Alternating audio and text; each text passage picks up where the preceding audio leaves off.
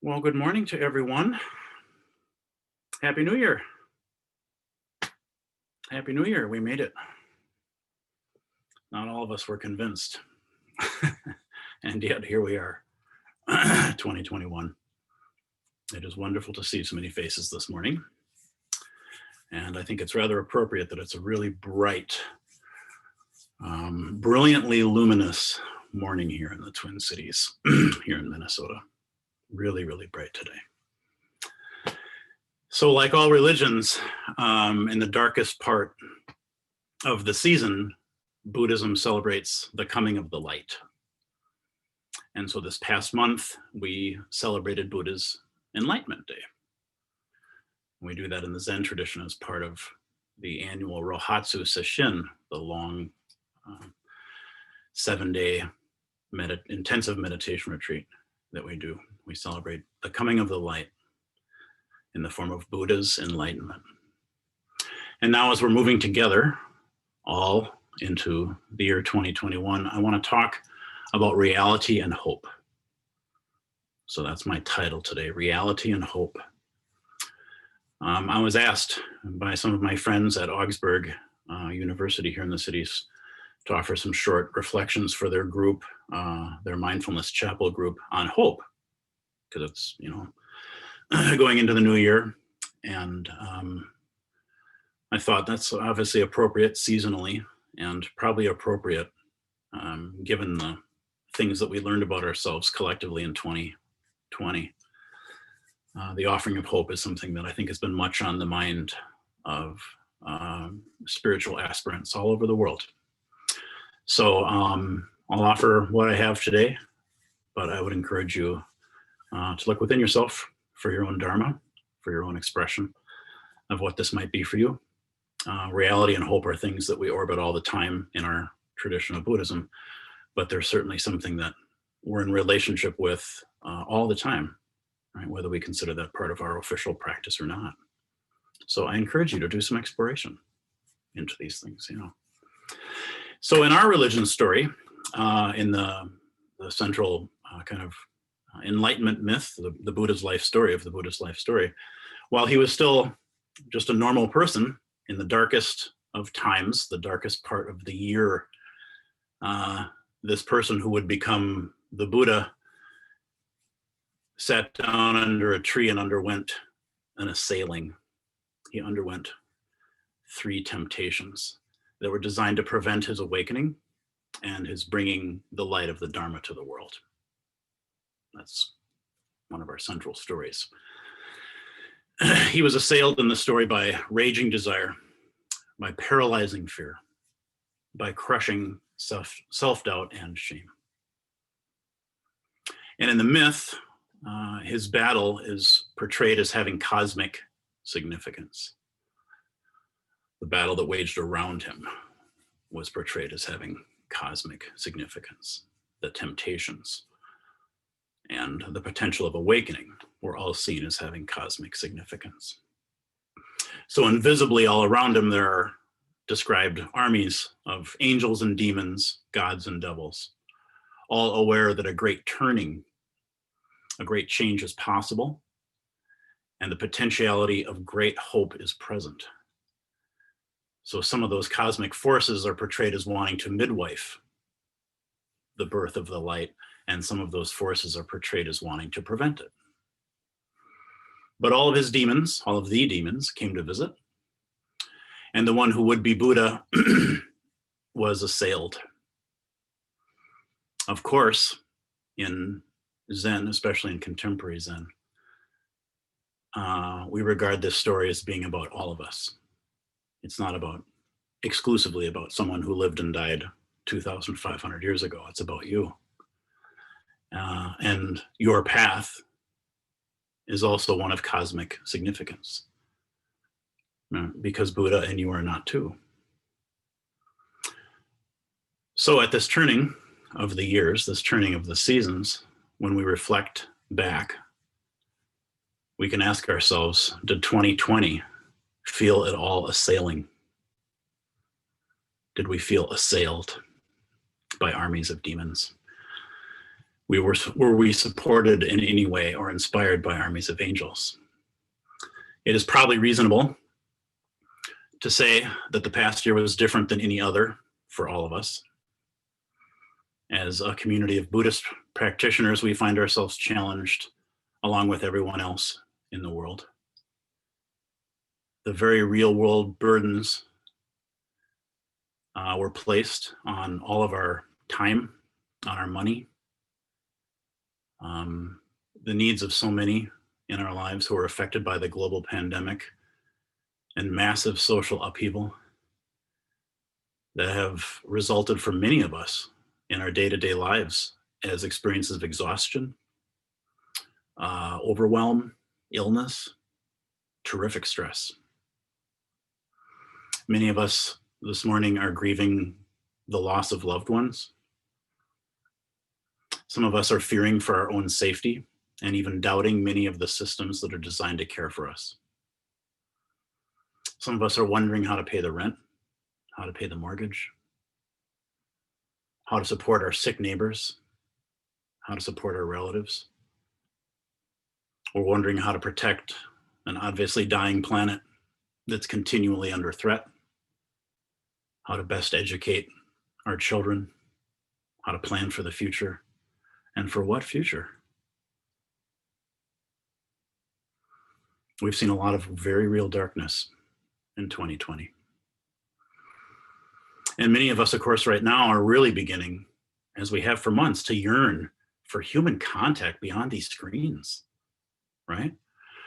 And still others of us wish we could escape the humans around us. They create in us feelings of unsafety. And a lot of us are bracing for more of the same for the foreseeable future. Perhaps even larger systems collapse that may still be coming. So in short, if you are feeling assailed, if you are feeling besieged, you are not alone. This is dukkha, the human condition. As Katagiri Roshi, our founder, said, human consciousness itself is already suffering.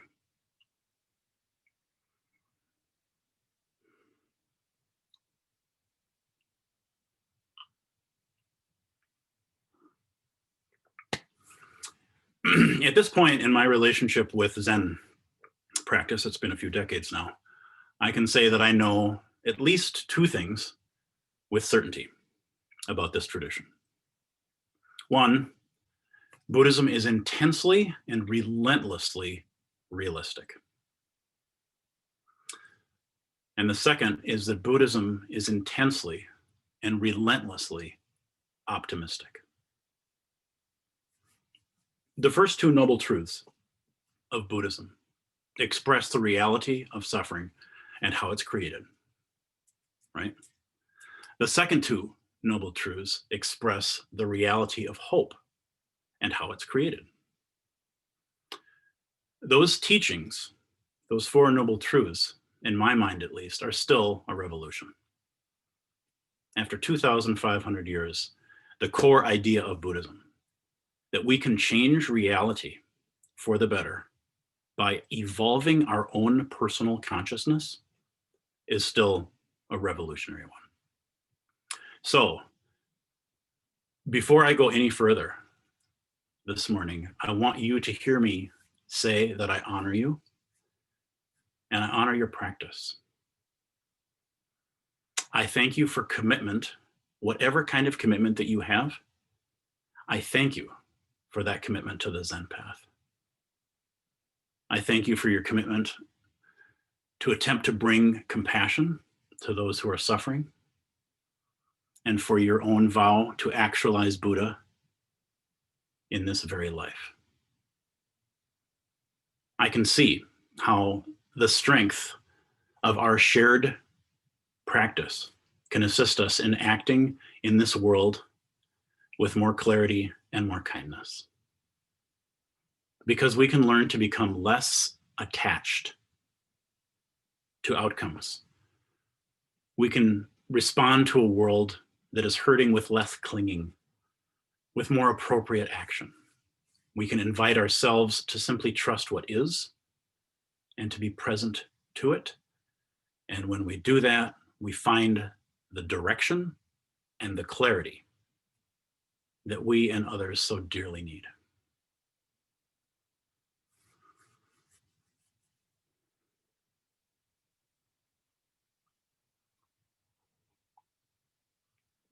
And ultimately, it seems to me we don't need anything more than that. Just enough clarity to offer us a sense of direction, right? As the landscape is always changing, in Zen, a compass beats a map, right? The landscape is changing all the time. Reality is impermanent. So for us, a compass beats a map. As Buddhists, we are taught about impermanence, and we understand impermanence and the inevitability of change. And we understand the suffering that our response to change can create. The first and second noble truths explain that within the soil of inevitable change lie the seeds of suffering, anxiety, uncertainty, insecurity. But the soil of change also contains the seeds of hope. And hope is a word that oftentimes gets a bad rap in Buddhism. Some of you know this, because the word hope is often used in relationship to the future, and because it can very easily become a form of attachment or grasping disguised as hope. Greed can disguise itself as hope pretty easily. And so if our hope has a very specific vision or form or narrative, it's probably not actually hope. That's how the personal agenda kind of sneaks in for us, right? Actual hope, at least the way I'm talking about it this morning, is not a story of the future. It is a state of the heart, a state of the heart-mind. It is not a blind belief that things will go in a certain way, or even that things will go well, by my estimation. Instead, it is, as Václav Havel said, a deep orientation of the human soul that can be held at the darkest of times. Deep orientation. Isn't that a beautiful turn of phrase? That feels like the compass. The needle of the heart pointing in a direction. Hope is a state of consciousness based in the truth of our direct experience of lived reality. It needn't be manufactured. It is based on the truth of our direct experience of lived reality. Hope is the third noble truth. And how to embody hope is the fourth. It can therefore propel us from that deep orientation to active engagement in the world. The emotion that we call hope sometimes is lovely, really lovely when it shows, but it's optional. That's not what we're talking about. Our bodhisattva vows express the intention to be hope, right? Not to feel a certain way, but to actually be hope, to make space for the chance of a different future, right? Our bodhisattva vows also express our non-separateness. So the chance of a different future is personal, but it's also collective. In Buddhism, the truth of our non-separateness is understood to be a relative truth, true, but relative. It's one to be understood as fully true, but as only kind of one half of an equal and complementary truth, which is the truth of our non-separateness, right? The truth of our separateness and the truth of our non-separateness are both held, right? Form and emptiness. But it's important that we understand separateness to be exactly that, separateness, non-identicalness. I don't think that's a word. Non-identification. Separateness is relationship that includes space. We mustn't allow the experience of separateness to devolve into division. That's a very different thing. You can kind of feel it, can't you? When I say those words, separate and divided feel different because they imply different states of relationship.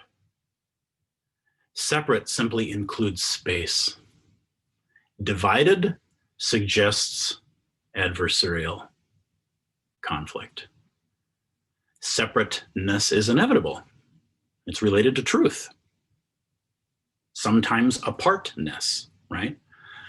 But divided is optional, and it's related to a delusion of some kind that would create conflict.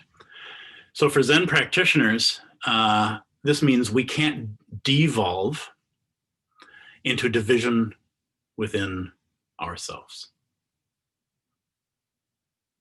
Divisions and symptoms of conflict and systems of oppression in the world, in the external world, can only be made manifest from divisions and symptoms of oppression that exist within each of us and within our collective human heart mind. Right? That's why the starting point for our work is here. So as a Zen student, to be really responsible, I have to ask myself, what voices in me do I refuse to hear? What populations in myself do I marginalize? What personages in myself do I ignore? What truths about myself do I imagine are so shameful that they mustn't be even acknowledged by the light of my own awareness? How do I create splits in my own heart mind? That's a responsible question for a Buddhist and a Zen practitioner to ask. This is why we have a thing called Zazen, to give us a safe refuge and a container to begin to ask questions like that. Recognizing the division and the splits within ourselves is the first step toward healing them. So I'm no longer compelled to create systems of oppression in the world and divisions in the world. And I recognize what is separate, and I recognize what is divided.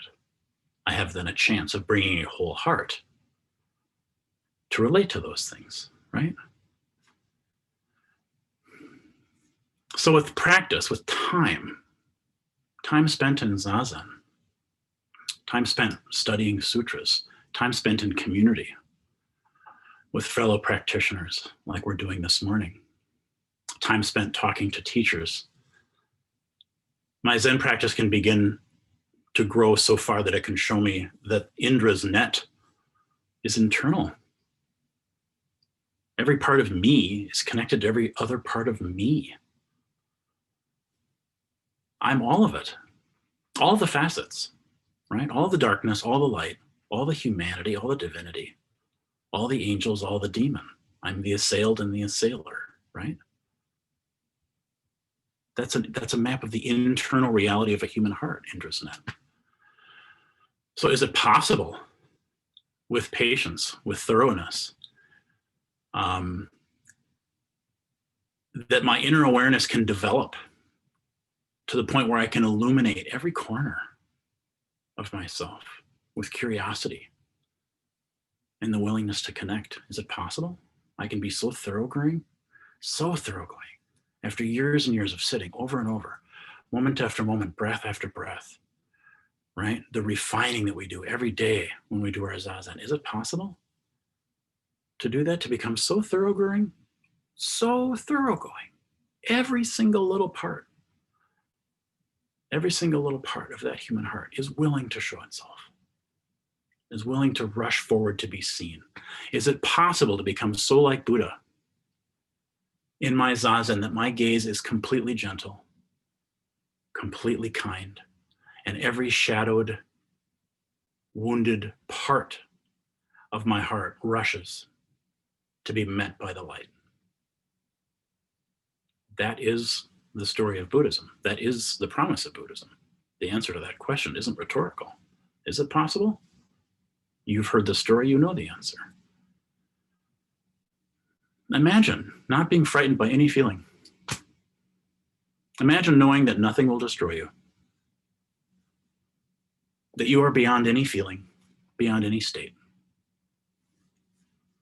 Imagine a zazen that clear, that kind, that powerful. Imagine a life lived that clear, that kind, that powerful. These are core teachings of Buddhism. You needn't be frightened by any feeling. Nothing can actually destroy what you really are. You're beyond any feeling in any state. Right? You're sovereign. That's the story of the three temptations. We can imagine what a life would look like if every cell of that person's body believed this, actually actualized it. It's written into our DNA. If we actually could wake up to that, what would that life be like? Can you imagine the service one could be of, the service one could do, the compassion one could offer, the wisdom one could embody? Well, what can I do would just naturally become, how can I be? And this kind of mind, this Zazen mind, won't let your family be limited to only your relatives. You can find a new place to be from. So we must be intentional with our practice. We hear our teachers tell us this all the time. Be thoroughgoing. Be intentional. Be mindful. We must offer to ourselves a model on how to be in this coming year, because we know how to be, right? That's the power that we so intentionally, we so scrupulously cultivate in our Zazen, right? We understand suffering is. We understand that suffering exists, that it's real. And we also understood that we have our practice. We have a response. We have our open hearts. Then it's easier to actualize the vow of the Bodhisattva. However inexhaustible the states of suffering are, I vow to touch them with patience and love. Isn't that nice? That's the Thich Nhat Hanh translation. Same vow we recite, but he's got a little different word choice there. However inexhaustible the states of suffering are, I vow to touch them all with patience and love. So circling back, returning to that story of Buddha's temptations, Buddha's enlightenment, can you see the third temptation there, kind of woven into that first Bodhisattva vow, that vow that we'll all chant at the end here? The temptations, first, right, unswayed by the desire to leave suffering for empty pleasure. Next, unmoved by the fear of suffering and the voice that promises death. Buddha's third and final temptation, and his final choice is to stay. The temptation is to leave. Of course, who does he think he is to be sitting under that tree? Who does he think he is to even imagine hope, to even imagine awakening in the face of such suffering? His choice is to stay by simply touching the ground. He vows to stay right here in relationship with all of the earth, all of the human experience, all of the suffering that it entails. Our vow is, I vow to touch all the states of suffering with patience and with love. The hidden temptation in this story about being assailed and assailed and assailed, and the hidden temptation that's woven right into the first noble truths, especially when we first read them. Can you remember kind of how you felt? Maybe when you first read about Buddhism and you first read about the Four Noble Truths. There is a temptation that I think is omnipresent for us, and I think it's really been seen and felt collectively this past year. It's nothing new, but we have really, really, really felt, I think, the temptation to fall into despair. Despair is a huge spiritual trap. It is a huge temptation for all of us, right? Along with grief and anger, despair was certainly one of the most prevalent collective emotions of the year 2020, right? Despair is a huge temptation on the spiritual path, regardless of its form, right? It claims lots of people's practice. It is a huge temptation in the human world as well, and it claims lots of people's hearts. I think we know this. I think we have felt, all of us, what it feels like to have despair claim our heart for a minute, for an hour, for a day, for a decade. Surely you recognize in yourself what that is. Surely you have people in your life who you realize, oh, they've been taken by despair. And the first noble truth for a lot of folks is enough. The inevitability of suffering. The inevitability of suffering.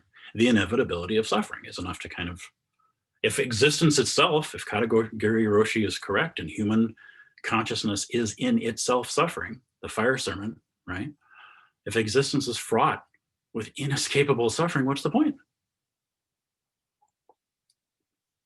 Right? Who do you think you are to attempt awakening? It kind of makes sense.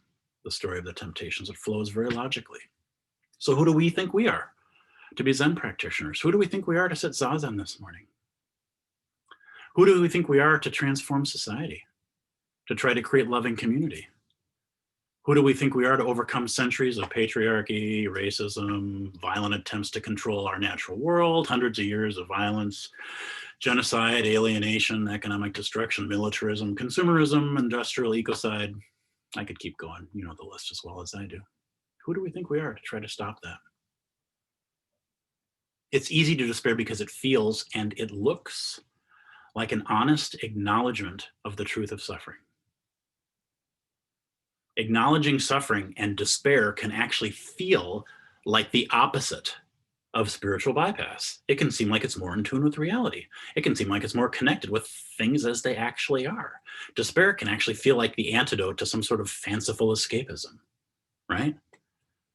But despair is a near enemy of honesty. Despair is a near enemy of truth.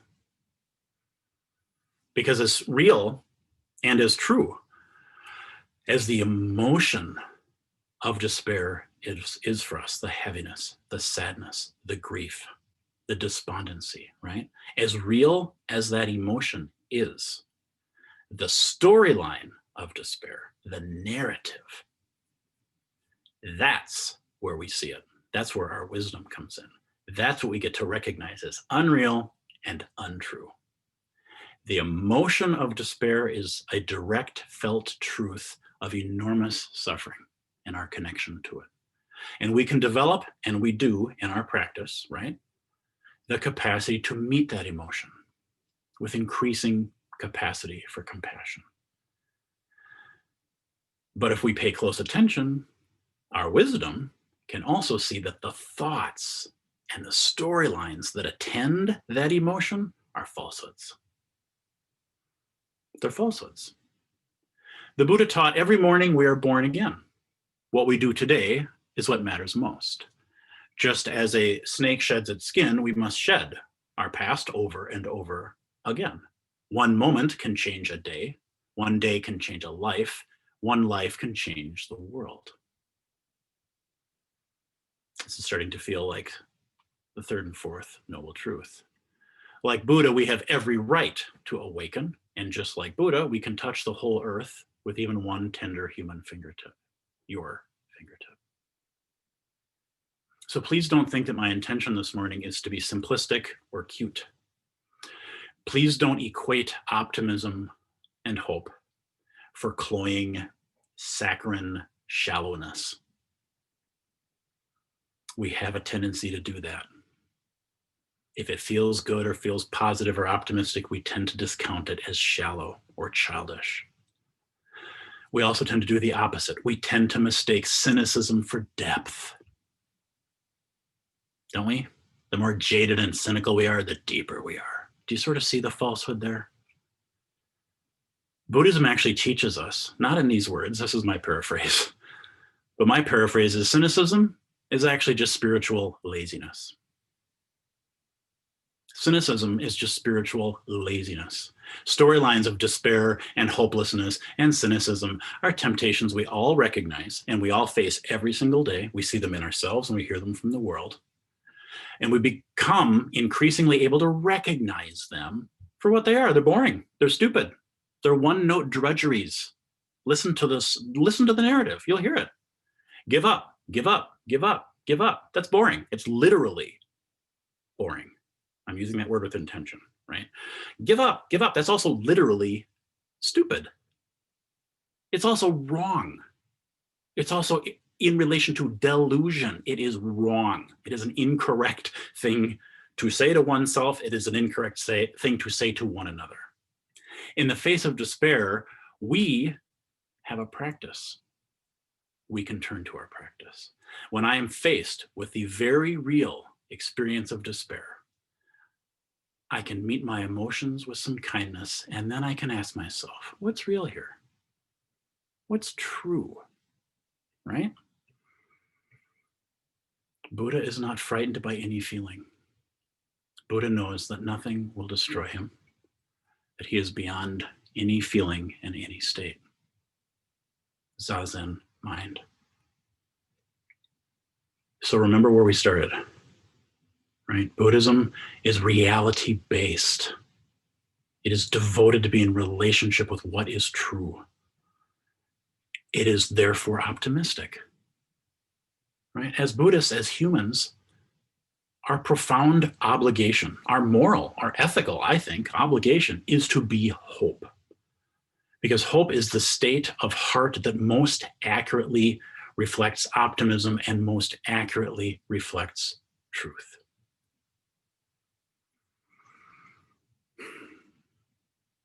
So to wrap up,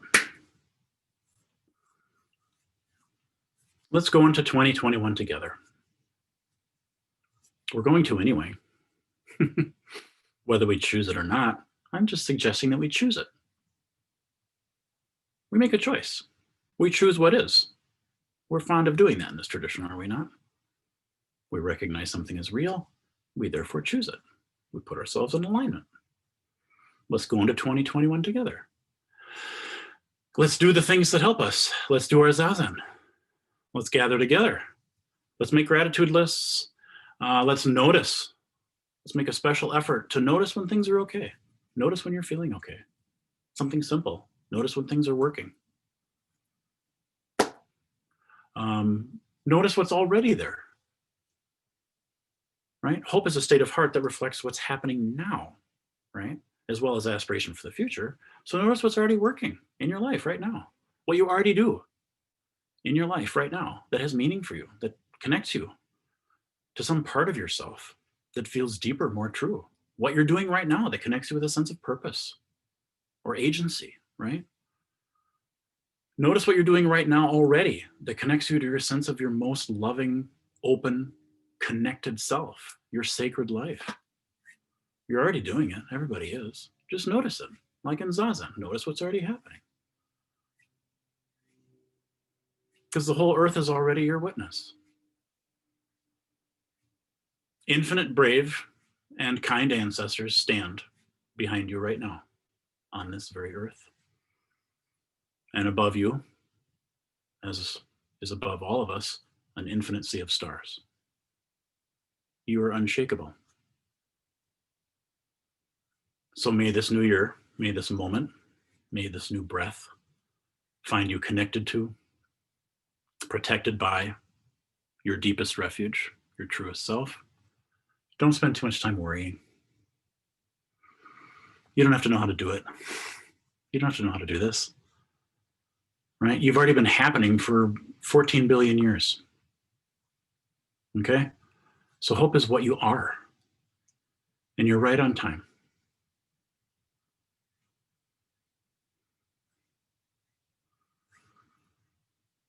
I appreciate you listening this morning. I appreciate your attentiveness. I think, like a lot of us who are asked to offer thoughts like this, to give talks like this, we tend to give the talks that we most need to hear. So I appreciate the fact that you're here. And my sense is that I mostly gave that because I most needed to hear it. So I'm really glad that you're here with me. And thank you very much. And so to shift gears here, what I would suggest this morning, I know we have a lot of announcements that we need to make because this is our first large gathering of the new year. So what I would suggest is that